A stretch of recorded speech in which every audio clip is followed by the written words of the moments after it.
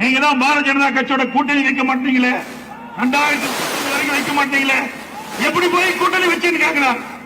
அது எங்க கட்சிங்க? நாங்க யாரோட வேணாலும் கூட்டணி வைப்போம். மக்களுக்கு நன்மை செய்ய வேண்டும் என்ற கட்சியோட கூட்டணி வச்சிருக்கிறோம். நீங்க யாரோட கூட்டணி இருக்கிறீங்க? காங்கிரஸ் கட்சியோட கூட்டணி இருக்கின்றீங்க. காங்கிரஸ் கட்சி எமர்ஜென்சி கொண்டாந்தது, அவசரத்தை கொண்டு வந்தது தமிழகத்தில். அப்ப மிசா சட்டத்தை கொண்டு வந்தார்கள்.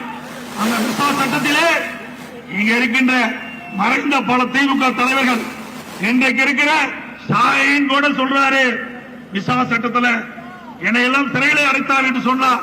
மக்கள் வெள்ளத்தில் நீந்தி வந்திருப்பதாக கூறிய எடப்பாடி, சட்டமன்ற தேர்தலில் அதிமுக பாஜக கூட்டணி இமாலய வெற்றி பெறும் என்று நம்பிக்கை தெரிவித்திருக்காரு.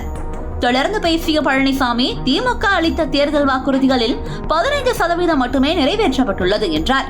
மேலும் திமுக ஆட்சியில் சட்டம் ஒழுங்கு சந்தி சிரிப்பதாக சாடிய அவர், இந்த ஆட்சியில் மின் கட்டணம் 52% உயர்த்தப்பட்டுள்ளதாக குற்றம் சாட்டினார். இன்று கோவையில் நடைபெற்ற எடப்பாடி பழனிசாமியின் தேர்தல் சுற்றுப்பயணத்தில் மத்திய இணையமைச்சர் எல் முருகன், பாஜக தமிழ் மாநில தலைவர் நயினார் நாகேந்திரன், பாஜக எம்எல்ஏ வானதி சீனிவாசன் ஆகியோர் கலந்து கொண்டனர்.